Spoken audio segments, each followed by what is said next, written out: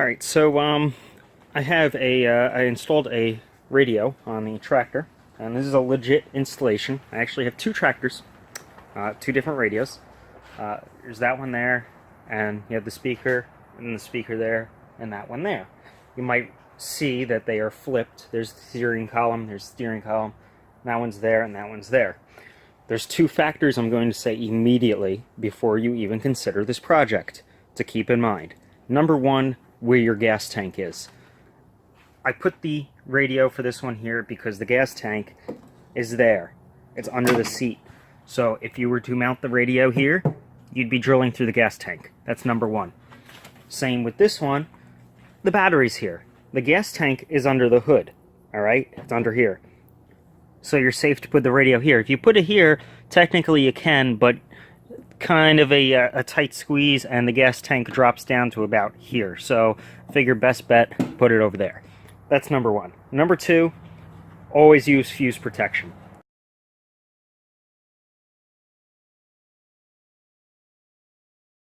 These are the two main things I'm going to tell you. Off of this radio here, I have a 5 amp fuse for it, which is plenty because they're small, I'm not putting expensive radios on here. 5 amp fuse, maximum 7.5, match up your wire gauge. Alright, I have 16 gauge wire here, which is good for, a solid 12 amps, continuous. So I put a 5 amp fuse because, if something shorts out, I'd rather have the fuse blow instead of something go berserk on me or drain the battery. Same thing with this one.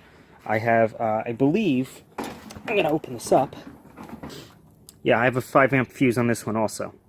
You have the 30 amp, which is for the starter and everything.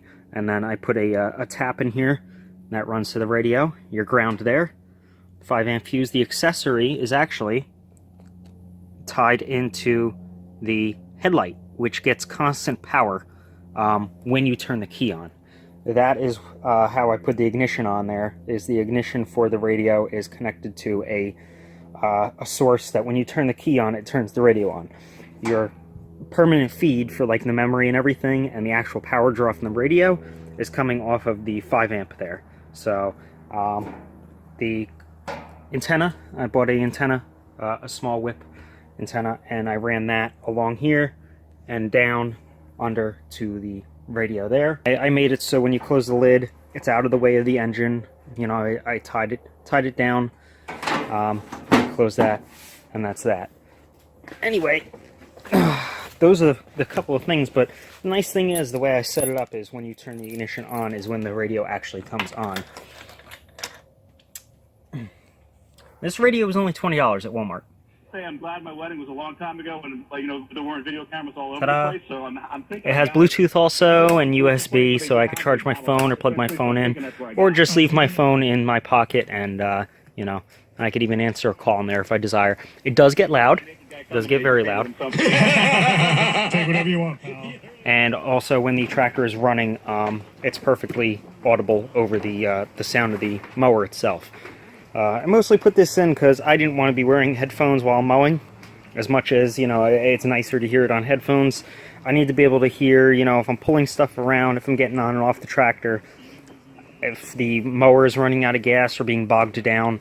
I can't hear any of that with headphones on, so figure let me just put a radio on, I crank it up a little bit and I do what I need to do and get done.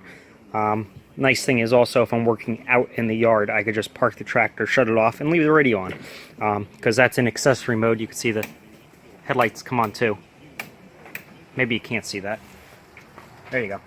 And then obviously when I shut the key off, radio shuts off, so do the headlights. It's the same thing with that one. The ignition on that one is a little bit different. I actually had to tie it right into the ignition switch itself because the headlights actually run off of the engine for this one, not the battery. I'm going to eventually change that because I want to put like LEDs in, and I need the 12-volt constant feed from the battery. But there you go. The whole entire thing of it is pretty much a couple brackets. Find ways to run your wire that is not going to affect anything such as your choke and height attachment. This mower doesn't have a deck on it, it's just a tow mower. So and then find a place to put your antenna. I gotta get an antenna for that one.